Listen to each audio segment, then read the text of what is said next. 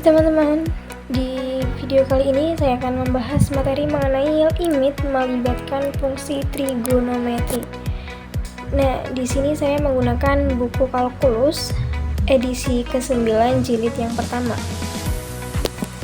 Nah, teorema B dari subbab sebelumnya kan mengatakan bahwa limit fungsi polinomial selalu dapat dicari dengan substitusi dan limit fungsi rasional dapat dicari dengan substitusi selama penyebutnya tidak nol di titik limit. Nah, aturan substitusi ini berlaku juga pada fungsi trigonometri. Hasil ini akan dinyatakan sebagai berikut. Nah, di bawah ini ada teorema A ya teman-teman. Di situ ada limit fungsi trigonometri. Nah, untuk setiap bilangan real C di dalam daerah asal atau fungsi, untuk yang pertama ada limit T mendekati C, sin T sama dengan sin C. Kemudian yang kedua adalah limit T mendekati C, cos T sama dengan cos C. Kemudian yang ketiga adalah limit T mendekati C, tan T sama dengan tan C. Kemudian ada yang keempat, limit T mendekati C, kotangan T sama dengan kotangan C. Kemudian ada yang lima, limit T mendekati C, sekon T sama dengan sekon C. Kemudian yang keenam ada limit T mendekati C, kosekan T sama dengan kosekan C. Nah, selanjutnya di sini ada bukti pernyataan 1. Pertama-tama, kita terapkan kasus di mana C sama dengan 0. Nah, dimisalkan bahwa T lebih dari 0 dan misalkan titik A, B, dan P didefinisikan sebagai seperti pada gambar 1 teman-teman. Di situ teman-teman bisa lihat pada gambar 1 untuk titik Y-nya adalah 0,1, kemudian ada titik X-nya ada titik A itu ada 1,0, kemudian untuk titik P-nya ada cos T dan sin T seperti itu. Nah, maka 0 kurang dari mutlak BP kurang dari AP kurang dari busur AP, tetapi mutlak BP sama dengan sin T dan busur AP sama dengan T, sehingga sin T lebih dari 0 dan sin T kurang dari T. Jika T kurang dari 0, maka sin T lebih dari T dan sin T kurang dari 0. Jadi, kita dapat menerapkan teorema Apit atau teorema 13D dan menyimpulkan bahwa limit T mendekati 0, sin T sama dengan 0. Untuk melengkapi bukti, kita juga akan memerlukan hasil bahwa limit T mendekati 0, cos T sama dengan 1. Hal ini menyusul dengan penerapan identitas trigonometri dan teorema 1.3a. Nah, di bawah ini ada teorema 1.3a ya teman-teman. Limit T mendekati 0, cos T sama dengan limit T mendekati 0 akar dari 1 dikurangkan dengan sin kuadrat T sama dengan akar 1 dikurang limit T mendekati 0, sin T dikuadratkan. Kemudian hasilnya kita memperoleh akar 1 dikurangkan 0 kuadrat sama dengan 1. Nah, untuk sekarang kita memperlihatkan bahwa limit T mendekati C, sin T sama dengan sin C. Pertama kita misalkan H-nya itu T min C, sehingga H0 ketika T mendekati C, kemudian limit T mendekati C, sin T sama dengan limit H mendekati 0, sin dikalikan dengan C ditambahkan dengan H, kemudian limit H mendekati 0 dikalikan dengan sin C cos H plus cos C sin H atau identitas penambahan. Kemudian sama dengan sin C dikalikan dengan limit H mendekati 0 cos H plus cos C dikalikan dengan limit H mendekati 0 sin H sama dengan hasilnya sin C dikalikan dengan 1 ditambah dengan cos C dikalikan dengan 0, hasilnya adalah sin C. Nah, di sini juga ada bukti pernyataan 2 teman-teman. Kita gunakan identitas lain bersama dengan teorema 1.3. Nah, di bukti ini kita membuktikan identitas lain dengan menggunakan teorema 1.3a. Nah, jika cos C lebih dari 0, maka untuk T dekat C kita mempunyai cos T sama dengan 1 min sin kuadrat T. Jadi, limit T mendekati C, cos T sama dengan limit T mendekati C, akar dari 1 min sin kuadrat T sama dengan akar 1 min limit T mendekati C, sin T kuadrat. Dikuadratkan sama dengan akar 1 dikurangkan dengan sin kuadrat C sama dengan hasilnya adalah cos C. Nah, di pihak lain, di lain pihak, jika cos C kurang dari 0, maka T dekat C kita mempunyai cos T min akar dari 1 dikurangkan dengan sin kuadrat T. Dalam kasus ini, limit T mendekati C cos T sama dengan limit T mendekati C dikali dengan dalam kurung min akar 1 min sin kuadrat T sama dengan min akar 1 limit T mendekati C sin T kuadrat sama dengan min akar 1 dikurangkan dengan sin kuadrat C, dan hasilnya adalah min akar dari cos kuadrat C sama dengan min mutlak cos C sama dengan cos C.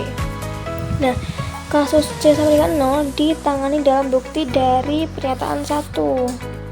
Ini teman-teman, ini bukti pernyataan 1.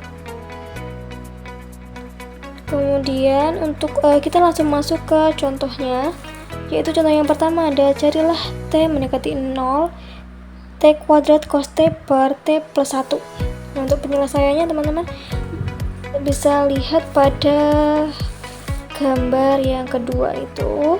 Nah, kemudian limit T mendekati 0 T kuadrat cos T per T plus 1 sama dengan, nah di sini limit T di dalam kurung ya teman-teman, limit T mendekati 0 T kuadrat per T plus 1 atau dikali dengan limit T mendekati 0 cos T. Nah, jadi untuk cos T nya itu kita membuat limit atau dikalikan dengan limit cos T itu kita dipisahkan teman-teman. Jadi seperti metode faktorisasi seperti itu. Kemudian sama dengan hasilnya kita memperoleh 0 dikalikan dengan 1 hasilnya adalah 0. Nah, dua limit penting yang tidak dapat dihitung dengan cara substitusi adalah, nah di sini ada limit yang itu tidak itu hasilnya itu tidak bisa dihitung dengan cara substitusi. Nah, di sini ada dua ya teman-teman. Yang pertama ada limit T mendekati 0 sin T per T, dan yang kedua ada limit T mendekati 0 1 dikurangkan dengan cos T per T. Nah ini dua ini tidak dapat dihitung dengan cara substitusi, maka dia, nah di sini ada buktinya ya teman-teman. Nih bukti dari dua limit ini yang tidak bisa dicarakan dengan substitusi, dan di bawah ini ada bukti-buktinya kalau limit kedua limit ini tidak dapat dicari dengan substitusi. Nah, di sini ada contoh 2. Carilah masing-masing limit yang A ada limit x mendekati 0 sin 3x per x sama dengan limit x mendekati 0 3 sin 3x per 3x. Jadi sama-sama dikalikan dengan 3 ya teman-teman. Kemudian sama dengan kita memperoleh hasil 3 limit x mendekati 0 sin x per 3x. Nah, di sini argumen terdapat fungsi sinus 3x, bukan hanya x seperti yang disyaratkan oleh teorema B. Misalkan y sama dengan 3x, maka y mendekati 0 jika x mendekati 0, sehingga jadi limit x mendekati 0 sin 3x per 3x sama dengan limit ini tuh x mendekati 0 itu sama saja dengan sama saja dengan limit y mendekati 0 ya teman-teman. Intinya untuk 3x per 3x itu sama saja dengan sin y per y. Nah, seperti penjelasan yang di atas tadi, maka misalkan y sama dengan 3x, maka y mendekati 0 jika x mendekati 0. Nah, seperti itu teman-teman. Kemudian yang di bawahnya itu jadi limit x mendekati 0 sin 3x per x sama dengan limit x mendekati 0 sin 3x per 3x sama dengan 3 gitu. Kemudian untuk yang B ada limit T mendekati 0 1 dikurangkan 1 min cos T per sin T. Itu soalnya. Kemudian kita jumlahkan limit T mendekati 0 1 min cos T per T. Nah, di sini juga sama-sama dibagi dengan T ya teman-teman.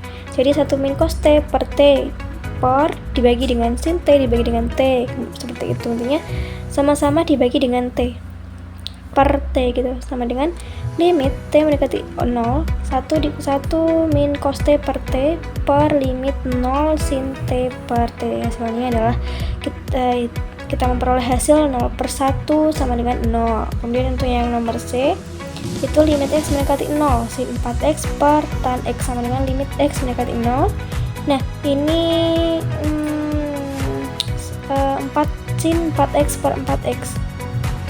Dan untuk caranya seperti yang A tadi ya teman-teman. Jadi 4 sin x per 4x sama saja dengan sin x 3x per 3x.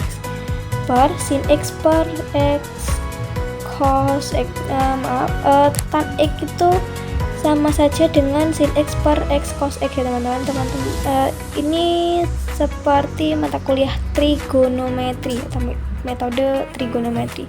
Ini kita sudah mempelajari di semester 1 tentang trigonometri. Mungkin yang di SMA juga sudah dipelajari ya teman-teman. Ada yang sudah dipelajari, ada yang belum. Nah, kalau yang di SMA belum, berarti itu di semester 1 akan dipelajari seperti itu. Intinya nanti tan x itu sama saja dengan sin x per x cos x. Nah, di sini kita memperoleh hasil 4 per 1 dikalikan 1. Jadi hasilnya adalah 4. Nah, seperti itu teman-teman penjelasan saya mengenai limit melibatkan fungsi trigonometri. Jika ada salah kata, saya mohon maaf. Saya akhiri. Wassalamualaikum warahmatullahi wabarakatuh.